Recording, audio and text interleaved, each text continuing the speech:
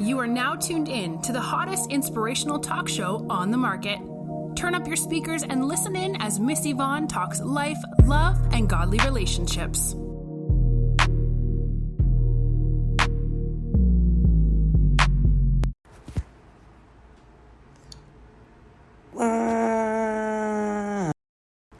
What's up, class? How y'all doing today? I hope that you all are doing mighty fine, because I know that I am. Okay? We are back on the track. Still covering the story of Job, because I love Job. We love Job. Because Job was a good man. Job was a righteous man. And Job believed in God, even when he didn't understand. And that's one of the beauties about the story, is that Job was blinded to the real situation. All he could see was from his perspective, which reminds me of us as humans. You know, as we're going forth in our day, we don't know if somebody's narrating our story like, she woke up, she didn't know that today was going to be the day that when she looked out of her window, she would see the caravan arriving with the spoils, with the abundance that I had been left. You know, like, you don't know stuff like that. You would love to hear that, you know, the narration of your life. And Job didn't know that there was a narration going on behind the scenes. So while he's sitting there trying to figure out everything that's going on, behind the scenes is the whole situation. And I don't know if you guys seen it or not, but it reminds me of this movie, and I love this movie. And it's so Job to me. But it's called Trading Places, and it's by Eddie Murphy. And I think his name is Dan Aykroyd. I don't know. Let me not get to calling people names. I know Eddie Murphy for sure. He's in the movie. And it's an old time movie, and it's about him. He was a poor man, and there was a rich man, and there were men above them, and they basically made a bet that if put in horrible, horrific situations, that they will return to a life of crime and violence and become a statistic. You know what I'm saying? And then if you take that same person from this harsh environment and put them in this loving, nurturing, feeding, pouring environment, I bet you this person could be just as successful if given the right opportunity. Or if we're doing it biblically, given the right soil, these seeds can grow up to be something else. The men above them who made this, who came up with this idea, they made a bet. And the man said, how much should we bet? He said, let's bet we normally bet. At the end of the movie, they had only bet $1. All this was over $1. These two men's lives were all over the place. They didn't know what was happening, why this was happening to them. You know, they were after each other's necks for a while, because one felt like, you stole my identity, and the other is like, I don't even know who you are. Like, I don't even know how I'm in this situation. I'm just going with the flow because I used to be poor, and now I'm not. And that's all that I know. And it reminded me of Job. Because Job had everything. He had everything that he wanted. He had lived right, and he did everything. But Job became these two men in one.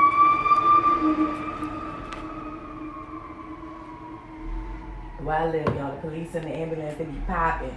Okay, so please excuse the background noises. So to me, in the movie Trading Places, you had the poor man and you had the rich man. But in this instance, Job was everybody. He was the rich man, he was the poor man, and then he got it all back in the end. As the rich man, he understood principles. It's like in accounting, there's principles. You know, math. There's 2 plus 2, and it equals 4. It is what it is. The answer's in the back of the book. Go look it up. 2 plus 2 is what? 4. 3 plus 1 is what? 4. 0 plus 4 is what? 4. It's got to add up. And principles of accounting, it has to add up. If you yin over here, you got a yang over here. If you debit over here, you got a credit over here. If you got an asset over here, then there's a liability over here. What's coming in goes out. You understand what I'm saying? Well, there's a yin, there's a yang, there's an A, there's a B. There's always two.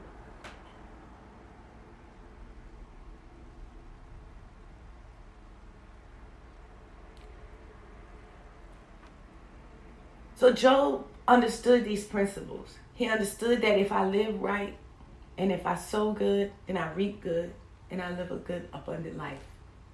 He knows that, no, our lives is not based off of just works, but we need those works in order to give God the glory that he deserves. You understand what I'm saying? It is our job to take care of each other. It is our job to look out for each other. It is our job to feed the hungry and to clothe the needy. It is our job to make sure the widow's all right. It is our job to love on those orphans, because we don't know what got them in those situations where they are. But they need somebody who can take time out of their busy days and remember people that are less fortunate than them. That's on us to do. That's part of living right. That's part of our mandate. That's part of each one of us. That's something we have to do. Those are our chores. Like when you get up and you got to do your chores in the house, whatever it is, those are your things that you have to do. And maybe you might be called more so to help orphans because you have a heart for them. Or maybe you have a heart for people in hospitals. Or maybe you have a heart for the elderly. You got to use that. That's putting you on purpose. Because wherever there's a yin, there's a yang. If you're going to be getting money, you need to also have a place where you're going to be spending money or giving money. You understand? Because it ain't just about you getting rich. It's about you being blessed to be a blessing. Okay? Job had everything he wanted. The finest in life. Family, friends, respect. Respect. See, when you can lose a lot of things. But see, when that respect, when you start losing respect, that'll bring you down to your knees with God. Because some of us can lose money and we know how to get money back. See, millionaires, billionaires know how to get their money back. That's why I always say it's not a person who's broke. It's their mind.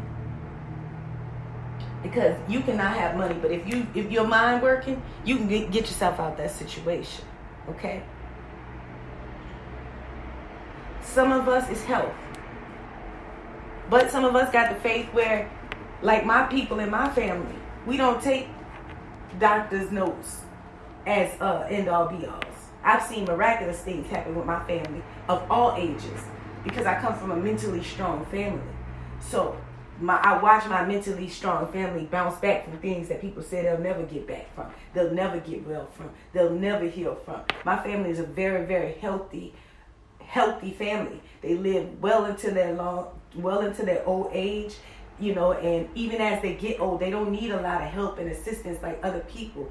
But that's because they have been living righteous for a long time. You know, we were raised in this thing. My family was raised with faith and with God and with his spirit. Not so much with the church, but with his spirit. You understand? But let me tell you something. Losing respect is very, very, very, very painful. Especially when you're a good, upstanding person. When you do your best and your reputation precedes you, when people know that's the man right there. That's the girl right there. That's her right there. That's the queen right there. That's the king. See, when people start looking at you like, that's a bum. They stupid. Dummy. See, when people start calling you stuff like that, and you know that you don't deserve that, you know I didn't work too hard, and I didn't fought too hard for my name, for me to have a downtime, and for you to speak on my name, like you know what you're talking about, that'll make you pray. You think I'm lying? Because, you know, I don't ever want to be one of them teachers or preachers that take their personal business and put it into a sermon. I'm not trying to do it like that. I'm just trying to preach teach what I see right here in the Word. You know, this is coming from the Bible. I don't need to take shots at anybody because God gonna get you. People forget that God is the reader of hearts. That means he knows your motives. He knows your intentions. He sees deeper into you than you do. So I don't have to worry about doing anything because I first have to figure out what your motives are, what you meant by that, what your intentions were when you did certain things. But God don't, and he know how to hit you right where it hurt. See, that's the easy part about forgiveness. Once you cast your cares to the Lord, and once you really, see, you got to trust him to have your back. That's what I didn't do. That's why I used to have my own back, because I didn't trust other people to have my back. Because either they took too long, or they wasn't doing it, or to me they ain't do it how I wanted them to do it, or this, that, and the third. But see, once I started seeing how God really get them back, once I started seeing how God fight, once I see how if I just hold my peace, he'll really, really fight my battles. Oh, baby, he was doing better than me. Look at him. He don't need my help. He got it. He got it. God fight good. He got it. He don't even need me. And I can just let it go. Like, you know what? I'll give you to God. But anyway, back to the Bible, right? So, Job says, even young children despise me. When I stand to speak, they turn their backs on me.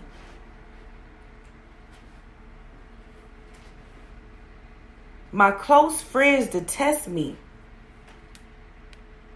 Those I love have turned their back against me. Even young children despise me. When I stand to speak, they turn their backs on me. How dare you go on persecuting me, saying it's his own fault.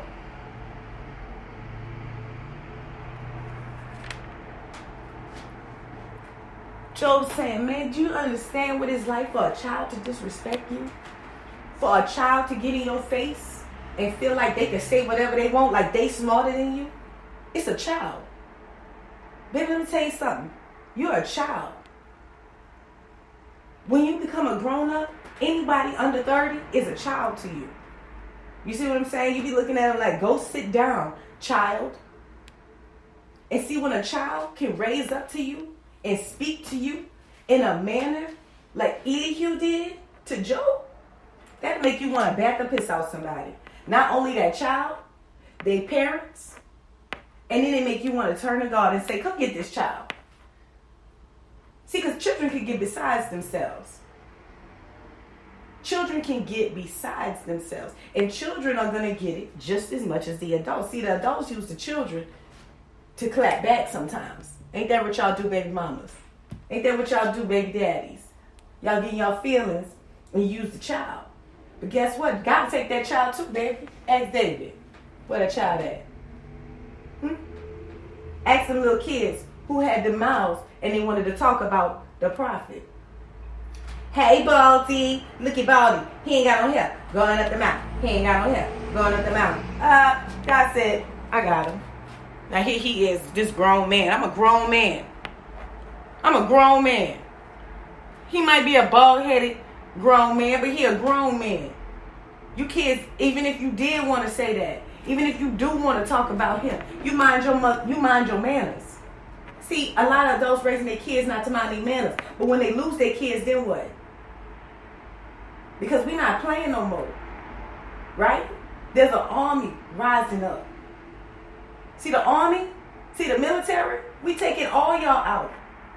That's why if you was in the military, don't fault yourself. Because even in God's military, everybody gotta go. Like my mama would say, lottie, dottie, everybody.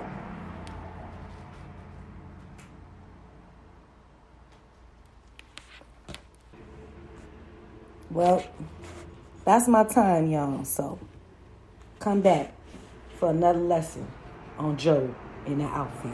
You heard me? Peace. Ellis Production. Thank you for tuning in to the Ms Yvonne Show. To reach out to Ms Yvonne, be sure to follow her personal blog, Ms Yvonne Ministries, at www.MsYvonneMinistries.org. You can also follow the Ms Yvonne Show on all social media outlets to stay informed and up to date on the next show. Thank you again and have a great day.